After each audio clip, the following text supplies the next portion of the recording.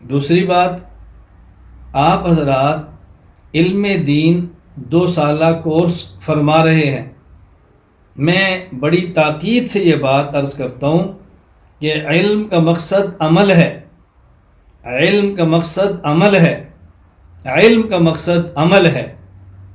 علم نافع وہی ہوتا ہے جس میں عمل ہو، عمل نہ ہو علم نافع نہیں ہوتا، علم زار نقصان دہ بن جاتا ہے۔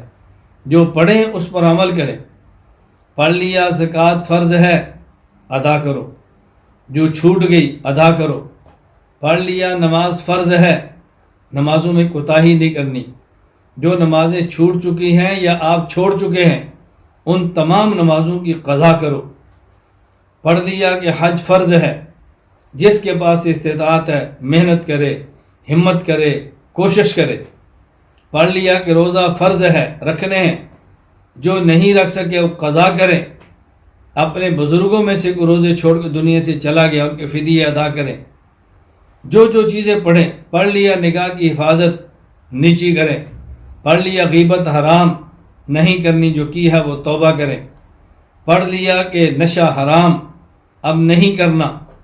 جو پڑھتے جو اس پر عمل کرتے جائیں، یہ ہے 2 سالہ علم دین، اور یہ ہے علم دین اس کورس کا بنیادی مقصد۔